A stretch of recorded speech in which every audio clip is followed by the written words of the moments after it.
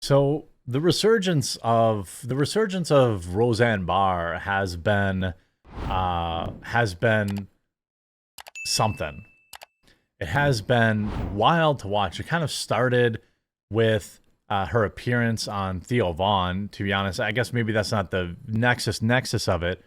She had done some interviews with James O'Keefe and some other people, but her real reintroduction to the mainstream was on Theo Von, which led to interviews on Fox News, Steven Crowder, Tim Pool, maybe one day on my channel. And I always found Roseanne to be, to be fair and upfront, I grew up on the Roseanne show.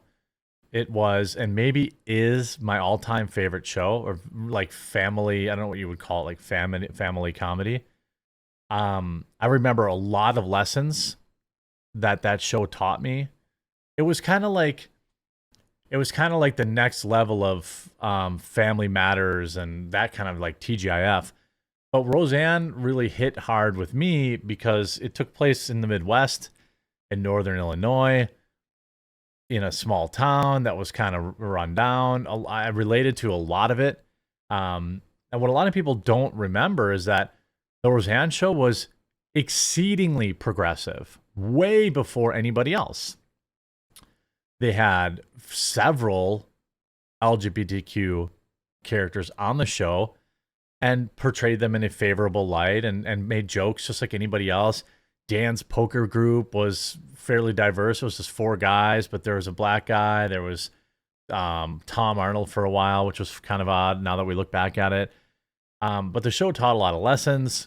And Roseanne has kind of burst back onto the scene and been just absolutely torching everybody. Everybody. Roseanne Barr is now beefing with Ann Coulter and seemingly everyone else on Twitter. I'm pretty sure she roasted Ann Coulter, too. Like every Roseanne Barr controversy, this one started with a tweet. The previously universally loved sitcom star has been a rightward spiral for the past decade to the point where Roseanne might be too conservative for the prior political era's right-wing nutjobs. At the turn of the millennium, Ann Coulter was the loudest and most controversial mouthpiece of America's hardcore conservative constituency, but today she's getting dunked on by Roseanne for failing to take the incredibly pressing national issue of the president's son's laptop as seriously as the rest of the Republican Party. Well, I don't know. I guess what's wrong with that? You know, the president, the potential corruption of the president, what kind of connection maybe that person has to, what kind of connection that person might have to the president themselves, or potential issues like that. These are big deals. After Coulter criticized Trump supporters' fixation on the legendary laptop and willful ignorance of the facts of Trump's collusion with Russia, Roseanne unleashed on Coulter, wondering, how does she type this out without choking on her Adam's apple cheese? Before setting her sights on, well, the rest of us. Roseanne writing, Ann thinks that the media reporting on the Steele dossier, which was the also known as the Piss dossier, as real, and the president's son's laptop as a conspiracy theory. You guys, how did she type this out choking on her Adam's apple? Well, I think that's a base take. I don't see any problem with that take. Like, at all. In 2018, Barr famously landed herself in hot water after tweeting out that the Obama administration official, Valerie Jeanette, looked like the Muslim Brotherhood and the Planet of the Apes had a baby, thus getting herself fired from the rebooted Roseanne, and released by her talent agency in one foul swoop. Since her comeback with Confidential, with the unconfident Fox Nation special, cancel this.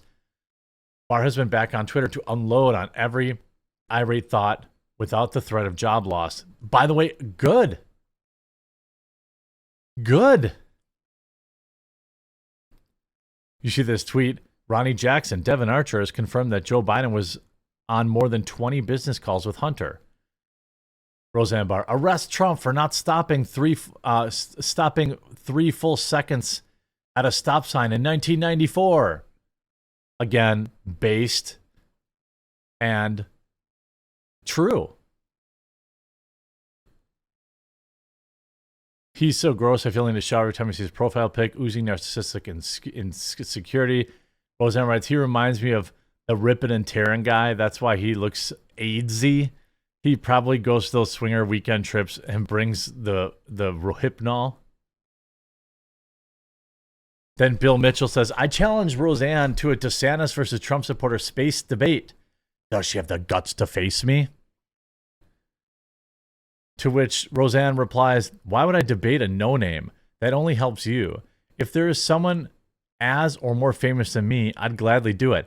Slumming for your view count is beneath me. Also, I don't care who you vote for. I had no idea what your stance even is. All I know is that your takes are horrible. I mean, your takes are horrible, and we all make fun of you. Stop trying to gain relevance off me. Take your whooping like a big boy and hush. I mean, she's just, I mean, look at that. I mean, she's getting she is completely destroying everybody. Michael Malice, didn't you used to have AIDS? And then she replied back, if he didn't, he will have it soon. I mean, Jesus. Like, she's talking mad trash. Like, what the heck? I mean, I don't even understand. Like, what's wrong with this? You know, I think you see Bill Mitchell, you know, is destroying evidence under a subpoena a crime? Roseanne replies, not if you're a Clinton. I mean, what is? I mean, like, I knew, like, now she's kind of unleashed. I didn't know she had a show at Fox. If she does, that's cool. I'm happy for her.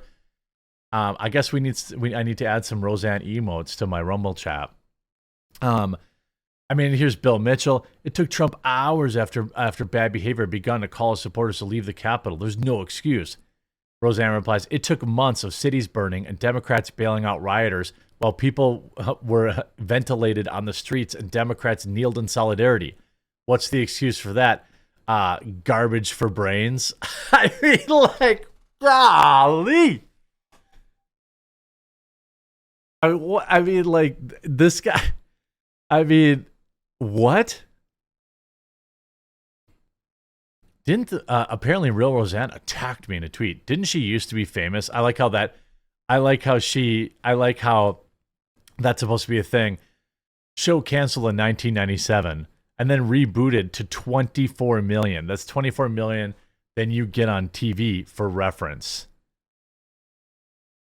I think that I'm a big fan, you know, and the media is really making her. If you remember back on when she was on Theo Vaughn, she had said, essentially she had made it wasn't a joke. She had used hyperbole to say, this is how I understand it, to say that, look, because people control the truth, they can go ahead and say something wild, like, you know, we didn't lose anybody during the Big H. And then this old clip here resurfaced too. Did you know that in 1998, Roseanne warned Donald Trump that wealthy elites have put America on the road to socialism? This is in 1998. You know that whole way of thinking gets all bogged down too, and it doesn't go anywhere either. Yeah. You know, I mean, Michael witness Moore. the whole Soviet Union. Sure. Well, It doesn't go anywhere. I'm not calling you a communist. No. But that socialist stuff, it doesn't go anywhere. It's just a huge mess. Like subtle, absolute destruction of Michael Moore. By the way, who now looks more like, no, actually he looks like not Roseanne, but the unfunny lady. Everything else. Here's the ironic thing is that the socialist Soviet thing is what now conservatives in this country like. They want to eliminate the competition. They want to merge and buy out the competition so that they're the only company, right? So we have only like 5 media. I was thinking that. Is that true, Donald? I was thinking that the rich people are trying to make us communists. They're trying to be like the old Soviet Union. How about this? When the Republicans voted for impeachment, they voted 227-0. Not one dissent, like the old Politburo in the Soviet Union, where everyone agrees, right? You know, it's like that's how the Republicans are in Congress. They're like the old commies. Donald, really you cannot weird. let other rich people turn this into a communist country. Yes. Well, I don't think we have too much of a problem, but it certainly is an interesting viewpoint.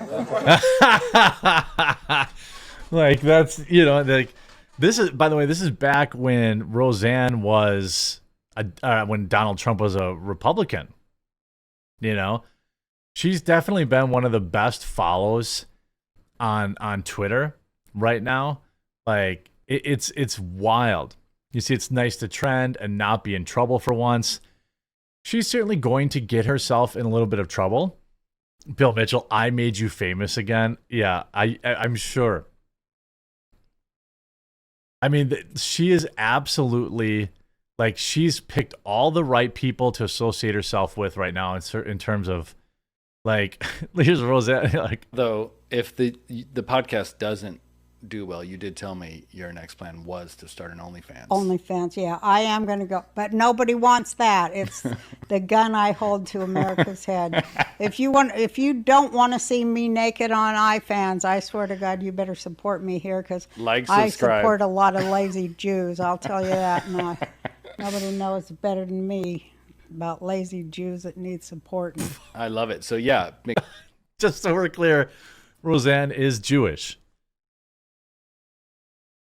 I mean, that's like, you know, it's, and she gained like 1 million followers. This is her renaissance. And she's really found, you know, because of Twitter, I wonder if, you know, because of Twitter, she's been trying to get I know she's been trying to get her podcast off the ground. I've talked to her son. He said she would come on, but, you know, I understand Tim Pool's like a bigger deal than me. I'm not like offended by it. But, like, look at these followers she's gaining now. She went from gaining, actually, since June of 2023, okay? She was losing up to 500 to 1,000 followers a week. She came back basically to Twitter in July, gained 70,000 on July 10th. That must be the week of. Then 30,000 the following week. Then another 75,000 the following week. And last week, another 30,000. I mean, she gained 25,000 followers in one day. Today alone, she's gained 22,000 followers and passed 1 million. I may not agree with everything Roseanne says, but I'm sure I'm glad to have her voice again. And I hope to have her on the show sometime real soon. I think I will be able to, too.